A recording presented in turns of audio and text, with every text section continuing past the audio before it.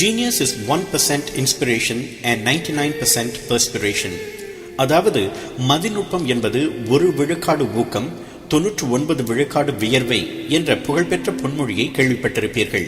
நாம் சந்திக்கவிருப்பவர் வேறு யாருமல்ல, அந்த பொன்மொழியை கூறியவரும் அதனை வாழ்ந்து காட்டியவருமான ஈடு இணையற்ற கண்டுபிடிப்பாளர் தாமஸ் ஆல்வா எடிசன். ஓர் ஏழை அமெரிக்க குடும்பத்தில் 1847 ஆண்டு பிப்ரவரி 11 பிறந்தார் எடிசன். பள்ளியில் அவர் மந்தமாக இருந்ததால் படிப்பு ஏறவில்லை. ஆனால் இயற்கையிலேயே எதை பார்த்தாலும் ஏன், எப்படி என்று கேள்வி கேட்பதோடு ஆராய்ச்சி செய்து பார்க்கும் துருதுருப்பு அவரிடம் இருந்தது. ஒருமுறை கோழி அடை காத்து குஞ்சு பொரிப்பதை பார்த்து தானும் முட்டைகள் மேல் அமர்ந்து கோழி குஞ்சுகள் பிறக்குமா என்று முயன்று பார்த்திருக்கிறார் எடிசன். நமக்கு நகைப்பாக இருக்கலாம், ஆனால் பிஞ்சு வயதிலேயே கேள்வி கேட்கும் அவரது செயல்பாடுதான் பிற்காலத்தில் பல்வேறு கண்டுபிடிப்புகளை நிகழ்த்த அவருக்கு உதவியது. ஆரம்பத்திலேயே அவர் பள்ளியை விட்டு வெளியேறியதால் ரயில் வண்டியில் செய்தித்தாள் விற்கும் வேலை பார்க்க தொடங்கினார். அங்கும் கூட அவர் ஒரு ரயில் பெட்டியில் ஒரு சிறு அச்சு இயந்திரத்தை வைத்து தானே செய்தித்தாட்களை தயாரிக்க ஆரம்பித்தார். மேலும் ரயில் வண்டியின் ஒரு மூலையில் சிறிய ஆராய்ச்சி கூடத்தை உருவாக்கி நேரம் கிடைக்கும் போதெல்லாம் வெவ்வேறு ஆராய்ச்சிகளை செய்து பார்ப்பார். ஒருமுறை ரயில் குலுங்கி நின்ற போது அவரது ஆய்வுக்கூடத்தில் இருந்த பாஸ்பரஸ் கீழே கொட்டி ரயில் பெட்டியில் தீப்பிடித்துக் கொண்டது. ஆத்திரமடைந்த வண்டி அதிகாரி எடிசனின் அச்சு இயந்திரத்தையும் ஆய்வுக்கூட பொருள்களையும் வீசி எறிந்ததோடு எடிசனின் கன்னத்தில் தன் பலம் கொண்ட மட்டும் ஓங்கி அறைந்தார். அந்த அடியின் தாக்கத்தால் எடிசனுக்கு வாழ்நாள் முழுவதும் ஒரு பக்கம் காது கேளாமல் போனது என்பது வரலாற்று உண்மை.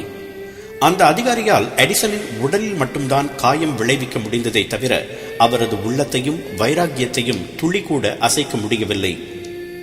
அந்த விபத்து நிகழ்ந்த அதே ரயில் நிலையத்தில் ஒருமுறை ஒரு சிறுவன் தண்டவாளத்தில் விளையாடி கொண்டிருந்தான். அவனை நோக்கி ஒரு ரயில் பெட்டி விரைவதை கண்ட எடிசன் கையிலிருந்த செய்தித்தாட்களை எறிந்துவிட்டு ஓடிப்போய் தகுந்த நேரத்தில் அச்சிறுவனின் உயிரை காப்பாற்றினார். அந்த ரயில் நிலையத்தின் தலைமை அதிகாரியான அச்சிறுவனின் தந்தை மகிழ்ந்து போய் எடிசனுக்கு நன்றி கூறி அவருக்கு தந்தி அனுப்பும் முறையை கற்றுக் கொடுத்தார். அதனை விரைவாக கற்றுக்கொண்ட எடிசன் தந்தி அனுப்பும் வேலைக்கு மாறினார். அந்த வேலையில் சேர்ந்த பிறகுதான் அவர் ஒவ்வொரு கண்டுபிடிப்பாக நிகழ்த்த தொடங்கினார். உதாரணத்திற்கு, இரவு நேரங்களில் ரயில் அதிகாரிகள் ஒவ்வொரு மணி நேரமும் சமிகை அனுப்ப வேண்டிய அவசியம் இருந்தது. அதனை ஏன் தானியக்கமயமாக்க கூடாது என்று சிந்தித்த எடிசன் அந்த முறையை கண்டுபிடித்தார். ஒருமுறை சின்சினாட்டி ரயில் நிலையத்தில் இருந்தபோது அங்கு எலி தொல்லை அதிகமாக இருந்ததை பார்த்தார். உடனே எலிகளை செயல் இழக்கச் செய்யும் கருவியை கண்டுபிடித்தார். இப்படி பார்வையில் பட்ட பிரச்சனைகளுக்கு எல்லாம் அவர் தீர்வு காண தொடங்கினார். 1876 அவர் மென்லோ பார்க்கில் புகழ்பெற்ற தனது ஆராய்ச்சி கூடத்தை அமைத்தார். அந்த ஆராய்ச்சி கூடத்தில்தான் உலகம் போற்றும் பல கண்டுபிடிப்புகளை அவர் நிகழ்த்தினார். அலெக்சாண்டர் கிரஹாம் பெல் உருவாக்கிய தொலைபேசியை கார்பன் டிரான்ஸ்மிட்டர் என்ற பாகத்தை கண்டுபிடித்ததன் மூலம் எடிசன் தான் செம்மைப்படுத்தினார். அதன் பிறகு போனோகிராஃப் என்ற குரல் பதிவு இயந்திரத்தை கண்டுபிடித்து அறிவியல் உலகை வியப்பில் ஆழ்த்தினார் எடிசன். அவரது கண்டுபிடிப்புகளிலேயே போனோகிராஃப் தான் ஆக பிரசித்தி பெற்றதாக கருதப்படுகிறது. ஒலிக்கான சாதனத்தை உருவாக்கிய பிறகு அவரது கவனம் ஒளியின் பக்கம் திரும்பியது. மின் விளக்குகளை பற்றி ஆராயத் தொடங்கினார்.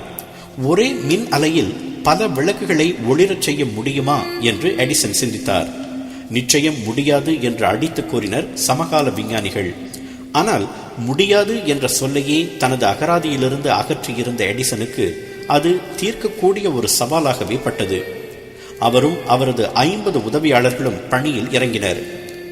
எடிசனுக்கு தேவைப்பட்டது மின்சக்தியின் தாக்கத்தை தாங்கக்கூடிய, அதே நேரத்தில் சுற்றளவு குறைவாக உள்ள ஒளிரும் ஒரு பொருள், அதாவது விளக்குகளின் உள்பகுதியில் உள்ள ஃபிலமெண்ட்.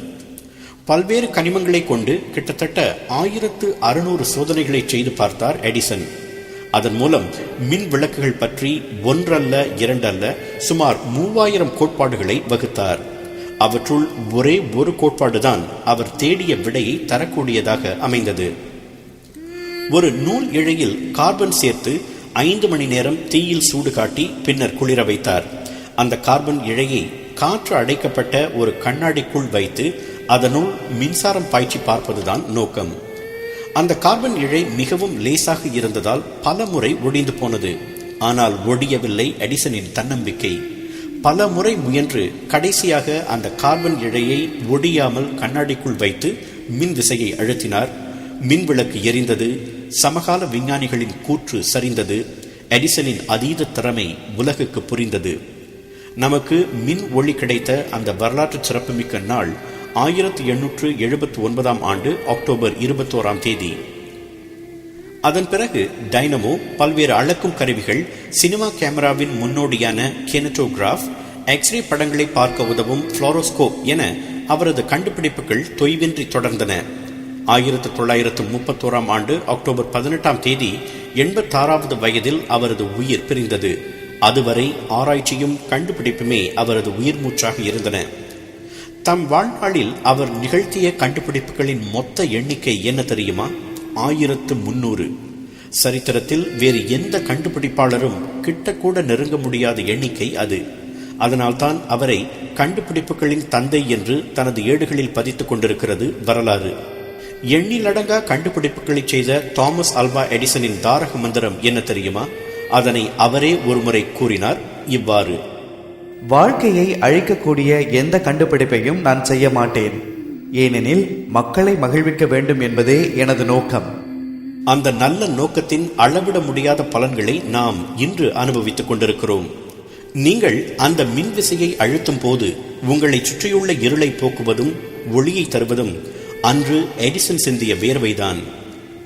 எடிசன் செய்து காட்டியது போல 1 விழுக்காடு ஊக்கத்தை முதலீடு செய்து 99 விழுக்காடு வியர்வையை சிந்த நீங்கள் தயாராக இருந்தால் உங்களுக்கும் அந்த வானம் வசப்படும்.